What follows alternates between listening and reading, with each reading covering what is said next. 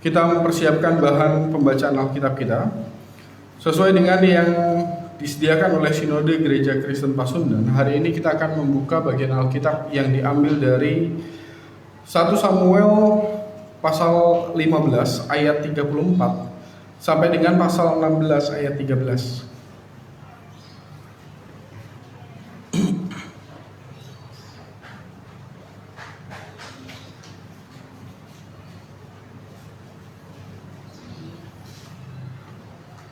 1 Samuel 15 ayat 34 sampai dengan pasal 16 ayat 13. Sebelum kita membaca dan merenungkan bersama-sama, mari kita mohon pertolongan dari Tuhan. Kita bersatu dalam doa.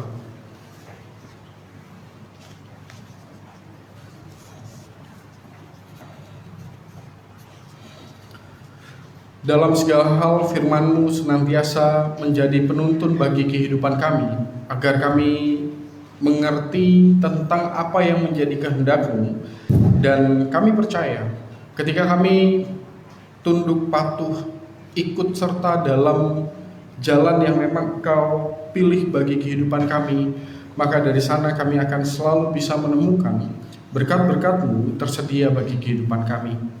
Oleh sebab itu Tuhan, hari ini ketika kami mau membaca dan merenungkan kebenaran firman-Mu bersama-sama, biarlah Roh-Mu yang kudus boleh membuka hati dan pikiran kami, supaya firman-Mu ini tidak berlalu sia-sia, melainkan inilah cara Tuhan dalam semakin memberkati kehidupan kami sebagai pribadi, sebagai keluarga, sebagai gereja, atau bahkan sebagai bagian dari bangsa dan negara Indonesia ini. Pimpin hamba-Mu, pimpin kami sekalian, supaya bersama-sama kami menemukan berkat-Mu. Dalam Kristus Yesus, firman yang hidup, kami berdoa dan percaya. Amin.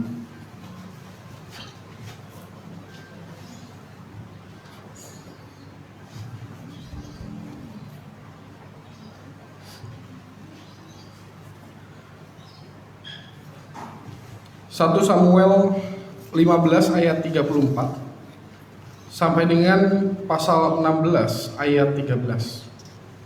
Saya akan bacakan bagi kita sekalian.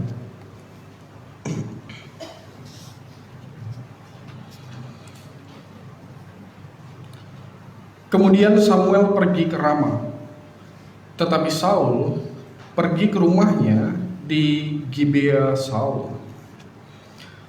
Sampai hari matinya Samuel tidak melihat Saul lagi, tetapi Samuel berduka cita karena Saul, dan Tuhan menyesal karena ia menjadikan Saul raja atas Israel.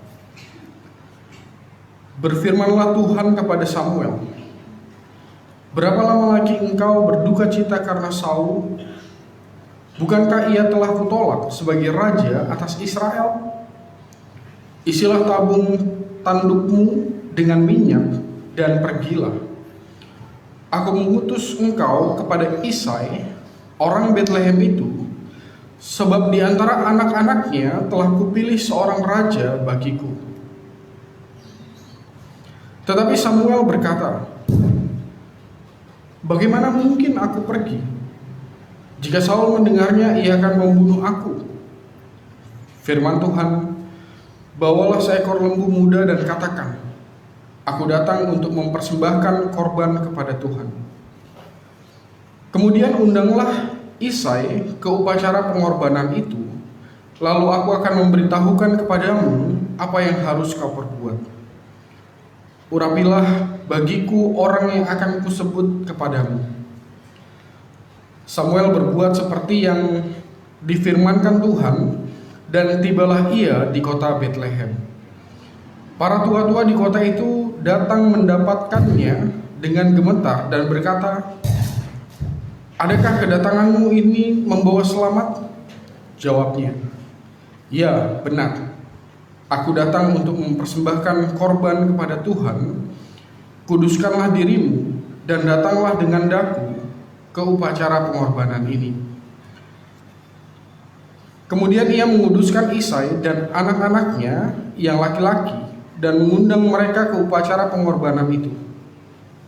Ketika mereka itu masuk dan Samuel melihat Eliab, Lalu pikirnya, sungguh di hadapan Tuhan sekarang berdiri yang diurapinya.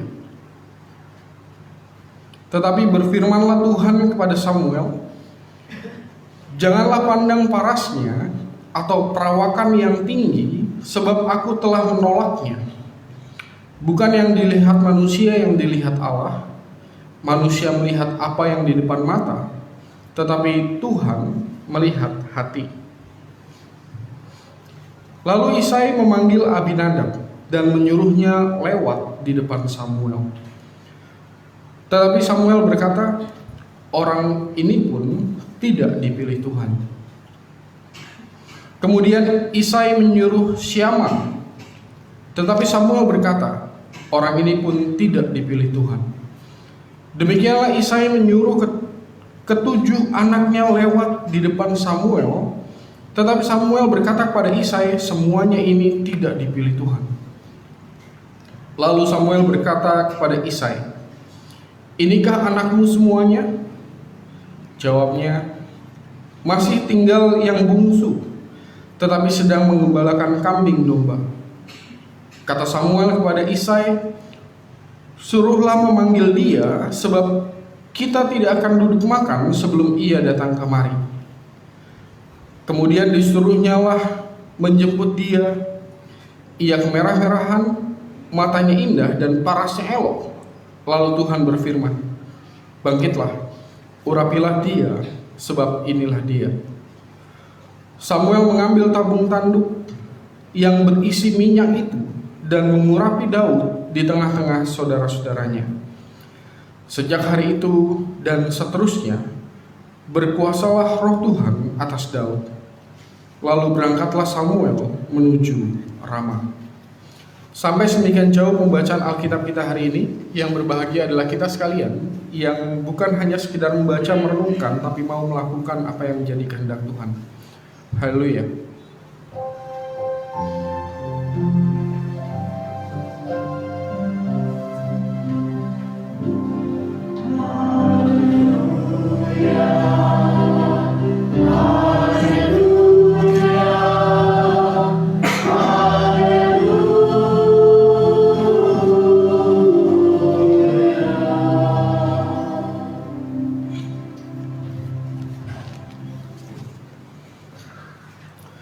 Shalom Bapak Ibu semuanya.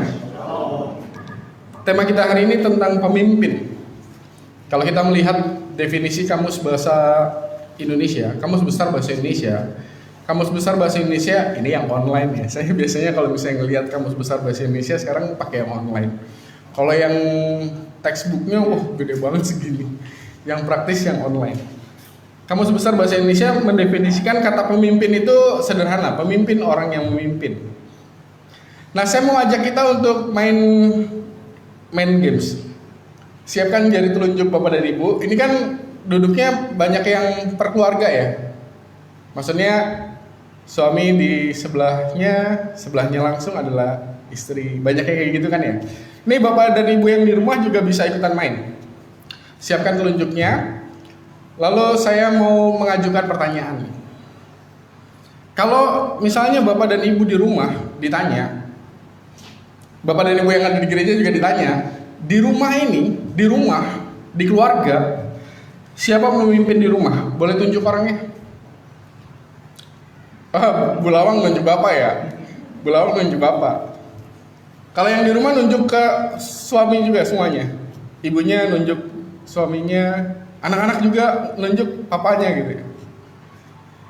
Kalau misalnya sekarang pertanyaan diganti, siapa pemimpin gereja di jemaat kita? Saya mau ke belakang sebentar ya. Pasti Bapak dan Ibu nunjuknya ke saya ya. Tadinya saya mau nunjuk tuh ke Pak Asep Rahmat, tapi Pak Asep Rahmat lagi sakit jadi nggak bisa hadir. Saya nunjuk yang di situ aja berarti ke arah streamingnya, karena Pak Asep Rahmat nontonnya di rumah. Pasti nunjuknya entah ke saya atau ke majelis, gitu kan ya. Dan selalu ya kalau misalnya kita mengingat sewaktu kita menunjuk, kan selalu filosofinya kalau orang yang menunjuk itu gimana Bu? Pak? Kalau kita menunjuk berarti Satu aja nih yang kita nunjuk, tapi jangan lupa nih 3 jari yang ini nih. Nunjuk ke siapa? Nunjuk ke diri sendiri. Itu dia.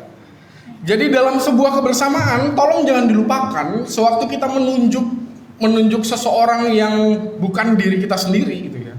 Nunjuk nih. Jangan lupa nih 3 jari yang lain tuh nunjuk ke kita. Jadi kalau misalnya mau ngomong tentang wah ini dia, jangan lupa perkataan yang sama, pernyataan yang sama juga berbalik kepada diri kita sendiri. Karena yang ditunjuk bukan orang yang kita tunjuk aja, tapi juga kepada diri kita juga. Nah, saya mau mengajak kita untuk melihat kalau misalnya tema kita hari ini tentang pemimpin, kepemimpinan, maka semoga kita mengingat bahwa yaitu tadi, bahwa sewaktu kita menunjuk kepada orang yang kita pandang bahwa oh ini pemimpin dalam keluargaku, atau oh ini pemimpin dalam kehidupan kebersamaan sebagai keluarga jemaat. Semoga kita tidak melupakan bahwa sebenarnya ada bagian kita juga, ada bagian tugas kita juga, dan di konteks itu kita pun bisa disebut sebagai pemimpin. Saya mau ambil contoh konkret aja lah. Contoh konkretnya di Indonesia lah, di negeri kita. Pemimpin kita siapa? Lalu kita akan sama-sama menunjuk misalnya yang paling tinggi, Pak Jokowi gitu kan ya. Kalau misalnya di lingkungan rumah kita, ya RT RW. Tapi kalau ada orang yang tidak mematuhi protokol karena pandemi belum berakhir, lalu kita mau menyalahkan siapa? RT RW-nya? Kan enggak.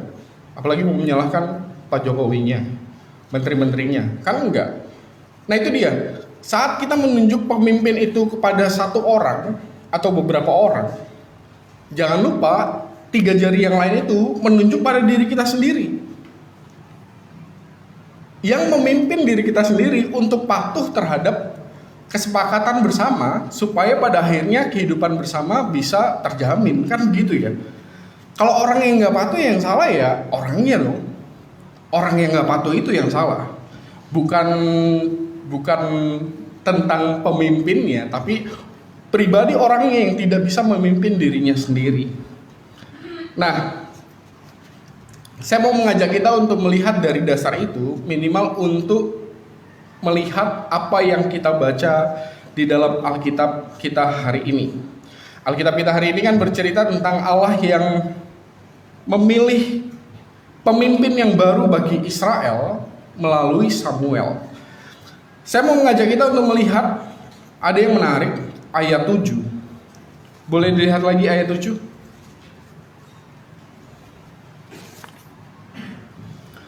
Pasal 16 ayat 7. Di situ kan dikatakan jangan pandang parasnya atau perawakannya yang tinggi. Masih ingat gak? Salah satu orang Israel itu memilih Saul karena salah satunya adalah Saul itu tinggi besar. Saya lupa ayatnya, tapi itu ada ayatnya, dan memang orang Israel itu memilih, oh ini tinggi besar orangnya, dan akhirnya Saul dipilih. Lalu Tuhan bilang, jangan cuma melihat perawakannya yang tinggi, sebab aku telah menolaknya. Bukan yang dilihat manusia, yang dilihat Allah. Manusia melihat apa yang di depan mata, tetapi Tuhan melihat hati. Ditambah lagi Bapak dan Ibu, yang menarik adalah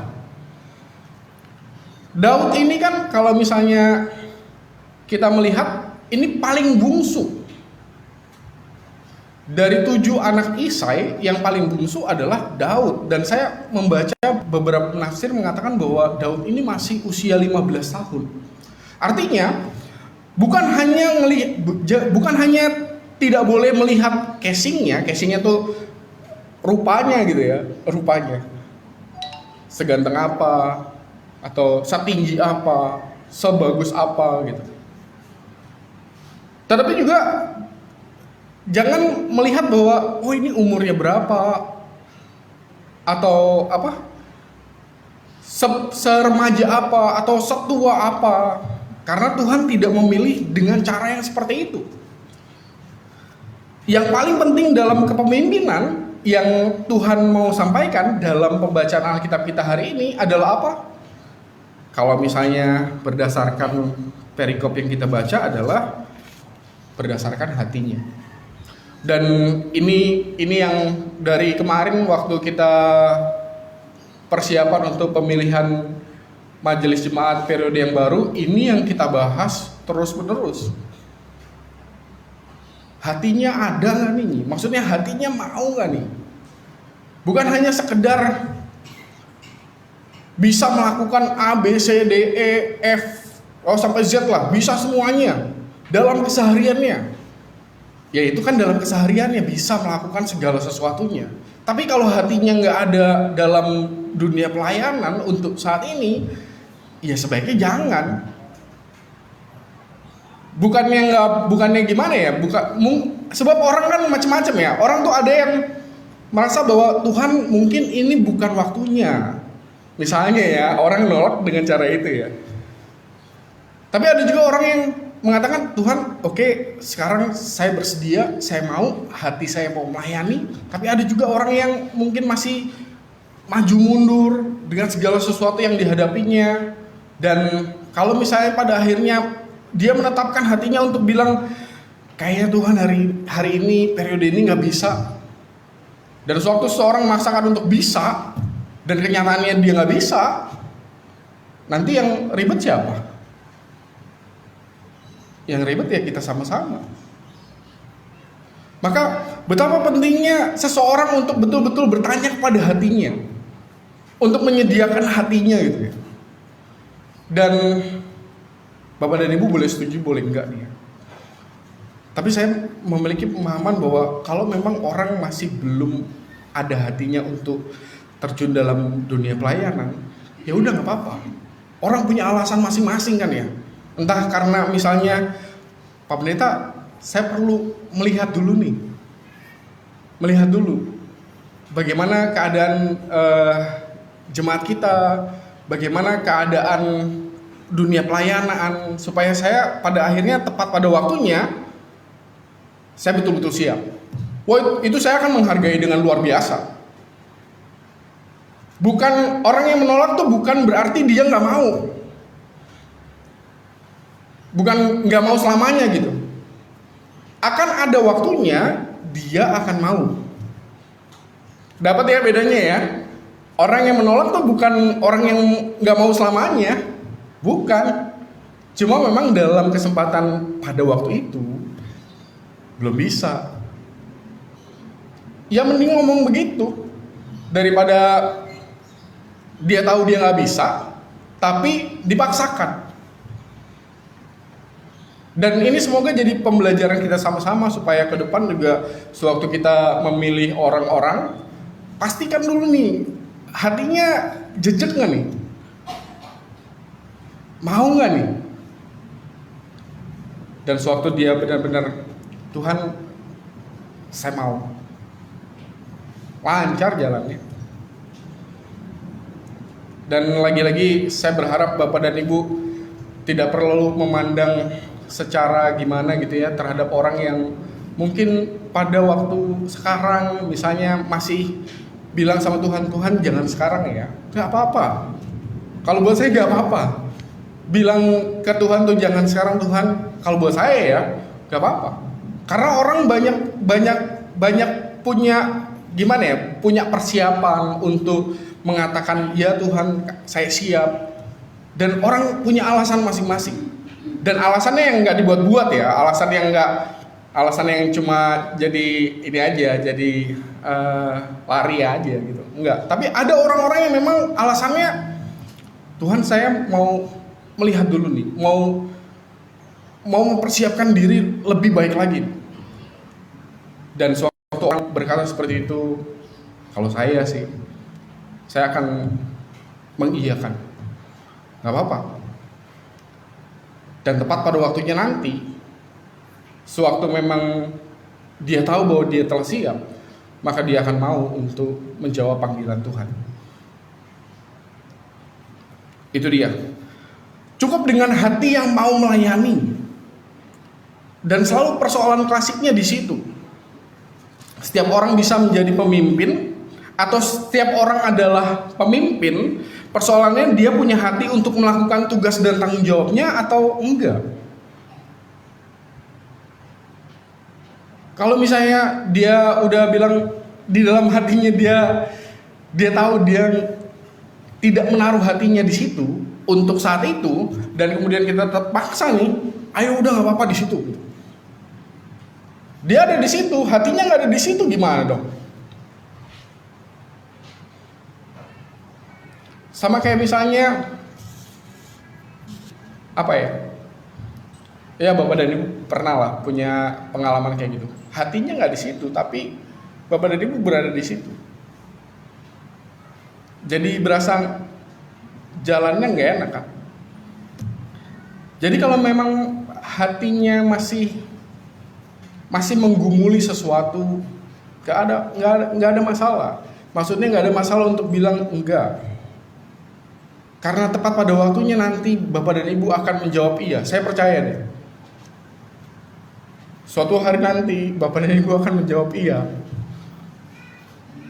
Dalam sepanjang perjalanan kehidupan Bapak dan Ibu, pasti Bapak dan Ibu akan menjawab iya minimal sekali aja. Minimal sekali.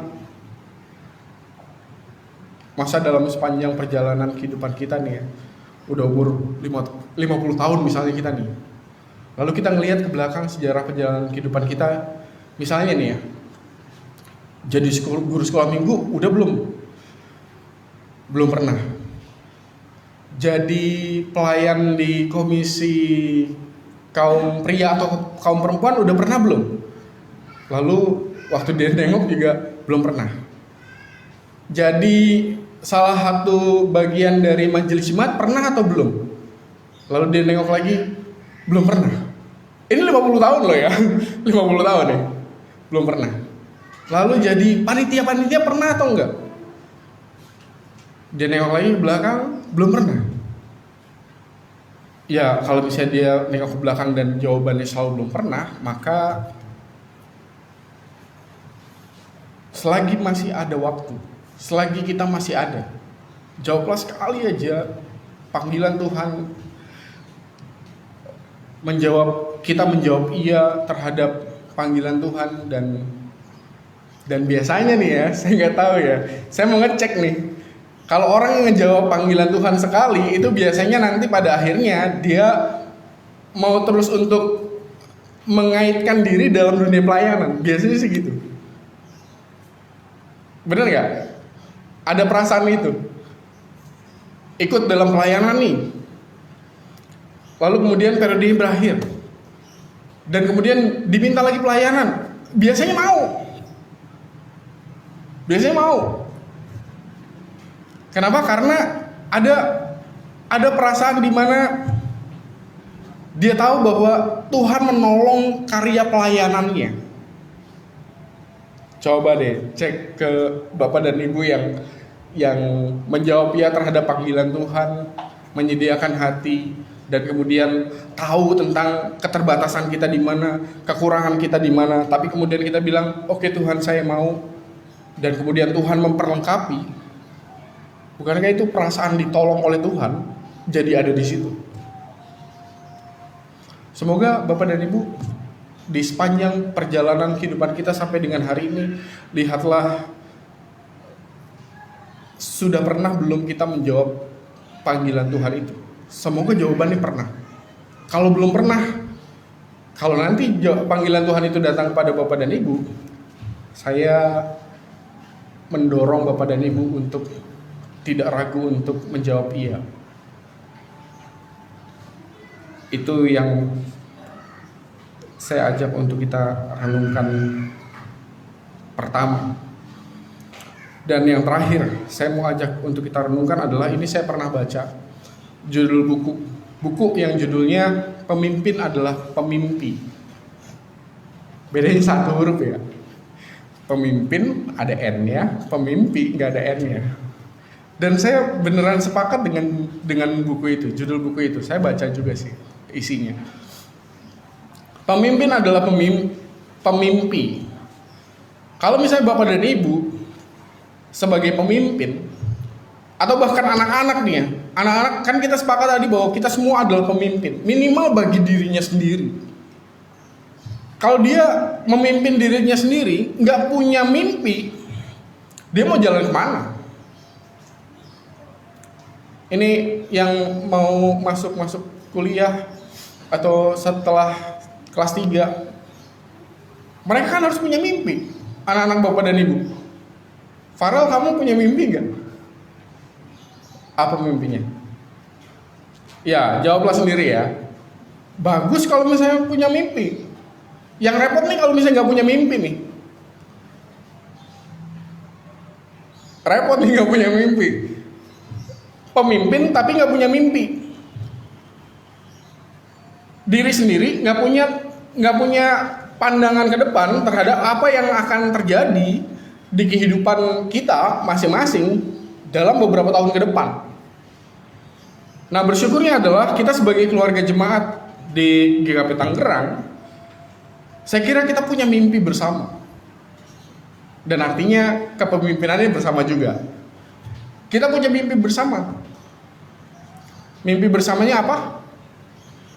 Minimal yang kelihatan oleh kita adalah mimpi besar bersama kita adalah menyelesaikan gedung sekolah minggu yang di depan sana. Dan kita bersyukur panitianya sudah ada. Tinggal bergerak. Mimpi kita juga kita bisa sukses untuk melayani Tuhan dalam rangka menjadi tuan dan nyonya rumah di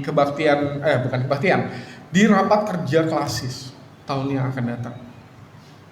Itu mimpi terdekat dan mimpi dalam jangka waktu menengah tentang rumah di depan. Dan sewaktu kita punya mimpi, berarti kita punya arah untuk kita jalan sama-sama ke sana. Dan untuk mencapai mimpi ini menjadi kenyataan, berarti kan benar-benar prinsipnya bukan telunjuk Bapak dan Ibu. Bukan telunjuk nih. Bukan lagi nunjuk, oh itu tugas dan tanggung jawabnya panitia. Jangan lupa panitia nih ke kita nih. Iya, itu tugas tanggung jawabnya panitia, tapi juga ada tugas dan tanggung jawabnya saya nih. Jadi semoga kita nggak lagi menggunakan jari telunjuk kita, tapi marilah kita gunakan tangan kita untuk saling bergandengan tangan dan kemudian kita jalan sama-sama. Dan kemudian kita ketemu bagaimana cara Tuhan yang seringkali melampaui akal dan pikiran kita dalam menyelesaikan segala perkara. Dan sewaktu semua orang menyediakan hati, percayalah, akan tepat waktunya itu akan selesai. Apalagi berapa dana yang dibutuhkan? Bu Roni, berapa total dana yang dibutuhkan? Nggak nyampe 300 juta kan ya? Ya ampun, 300 juta itu. Kalau misalnya Bapak dan Ibu masih ingat saya cerita tentang GKP yang berani untuk menyelesaikan 1M, 2M. Apalagi kita, hitungan cuma 300 juta. Asalkan kita gandengan tangan sama-sama, jalannya sama-sama. Tuhan menolong, Tuhan berkati. Amin.